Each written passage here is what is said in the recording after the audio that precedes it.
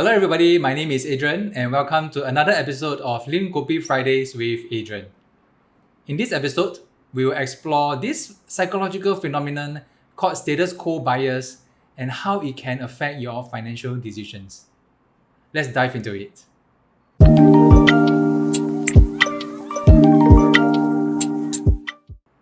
Have you ever encountered a situation whereby you are hesitant to try new things even though you knew that the new outcome might potentially be more beneficial for you? Now, if you're experiencing this, the good news is you are not alone. Personally, sometimes I do feel the same way as well.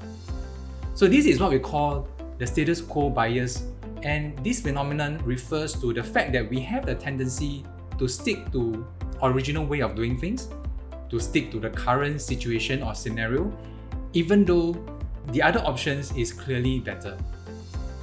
So why do we behave this way? Now, firstly, it's because it requires less effort for us to remain in status quo.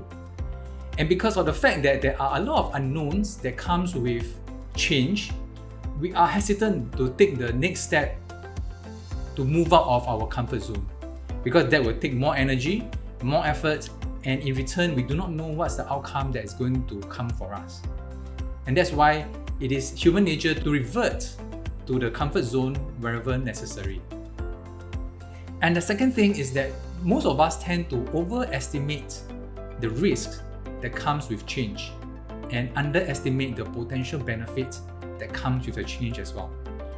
So with this in mind, whenever there's a decision that needs to be made, our mind will tell us that this change, even though it's good, but there are a lot of uncertainties, and our mind will psychologically dissuade us from going into the new direction or to make the change, even though our logical mind will tell us otherwise.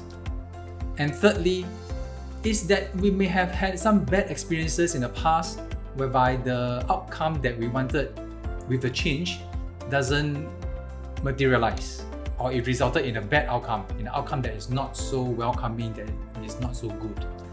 And because of some of these bad outcomes or bad experiences in the past, it prevents us from making decisions that clearly could have been better if we make the change. So how then can we overcome this? Now, there are a few ways that we can do to really move us out of this status quo situation. And the first thing is that we may need to seek help from the experts or people who have done that before. And by seeking their opinion, we will be better equipped with information that can make us move towards the change instead of staying at the status quo. But of course, then we will have to choose to understand or to listen to whom, because different people can have different opinions, which is why it makes sense for us to look for someone who is trusted by people who have trusted before for some advice. And the second thing is that we have to break the cycle of resistance. So because we know that there are resistance, and one of the ways that we can break the resistance is to incorporate this sort of breaking away from the status quo for decisions that are not so life-changing.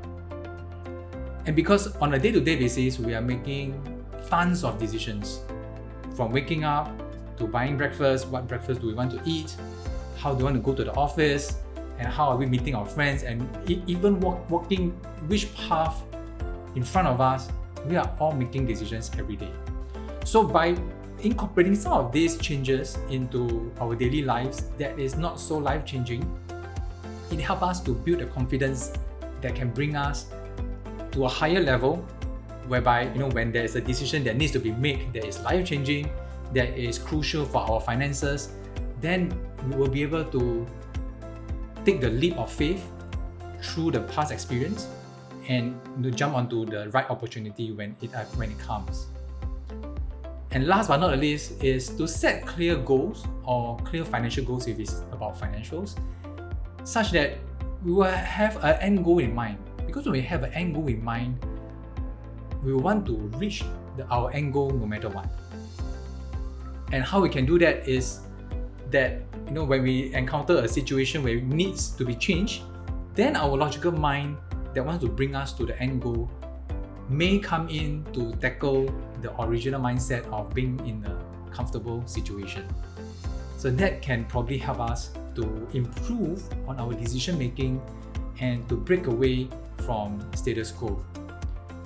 So in summary, being in a status quo is common for most people, and because of the fact that we make a lot of decisions on a day-to-day basis, some resulted in good outcomes, some not so good. But we should not try to distance ourselves away from change that can potentially benefit us in the long run. So some of the ways that we can do is to try to break away from the resistance, to give us some confidence. You can seek help from experts, and you can also set some clear goals that can bring you from where you are right now to the end point that you want to be. So I hope that this helps, and the next time that you want to make another decision again, do think about this and try to break away from the status quo bias.